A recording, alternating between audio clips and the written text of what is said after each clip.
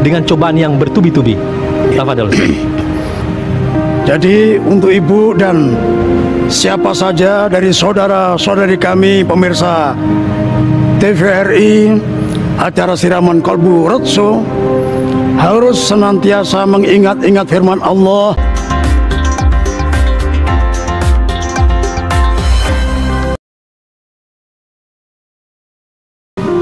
Ketika banyak masalah yang bertubi-tubi datang, belum selesai satu, muncul lagi satu, belum selesai satu, muncul lagi satu.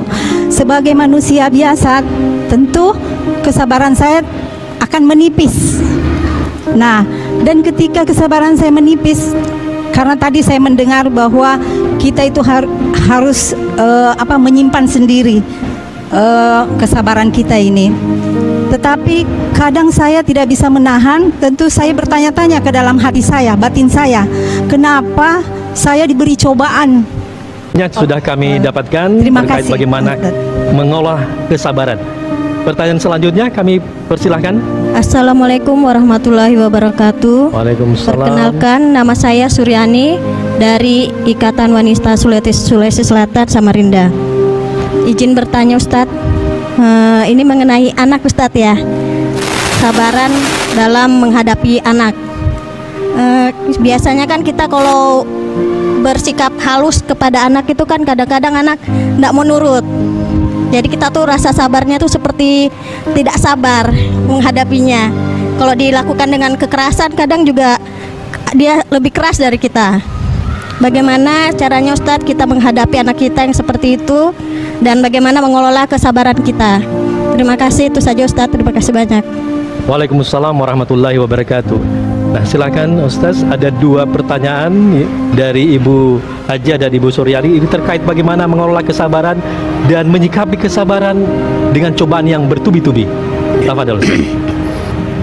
Jadi untuk ibu dan siapa saja dari saudara-saudari kami pemirsa TVRI acara Siraman Kolbu Roadshow harus senantiasa mengingat-ingat firman Allah, innallaha ma'as-sabirin.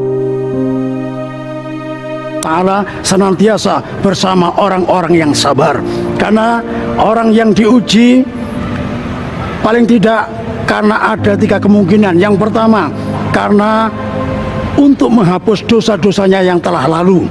Yang kedua, ingin menempatkan di derajat yang tinggi, tapi amal-amal solehnya belum mencukupi, makanya diuji supaya pahalanya bisa menutupi dan dia layak di tempat tersebut.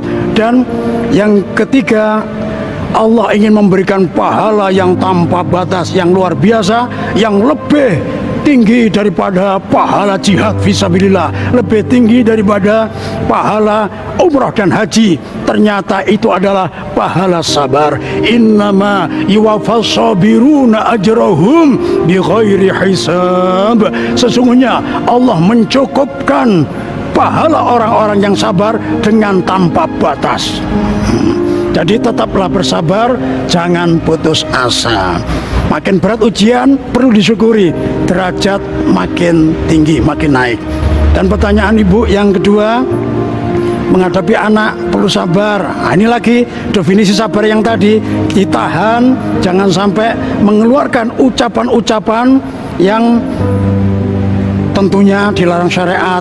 Kemudian kalau dalam pendidikan terutama anak umur di bawah 7 tahun harus lebih sabar, karena ini adalah masih kategori masih amirun. Anak harus kita perlakukan sebagai raja dari umur 0 sampai 7 tahun. Jadi mohon maaf, sekalipun anak kita sudah umur 6 tahun, minta tolong kita sebagai ibu atau ayah, minta tolong ambil air minum, menurut metode pendidikan harus kita layani, karena dia sebagai raja, karena umurnya masih di bawah 7 tahun, masih berhak. Nah, apalagi ya sampai hilang kesabaran, jangan sampai.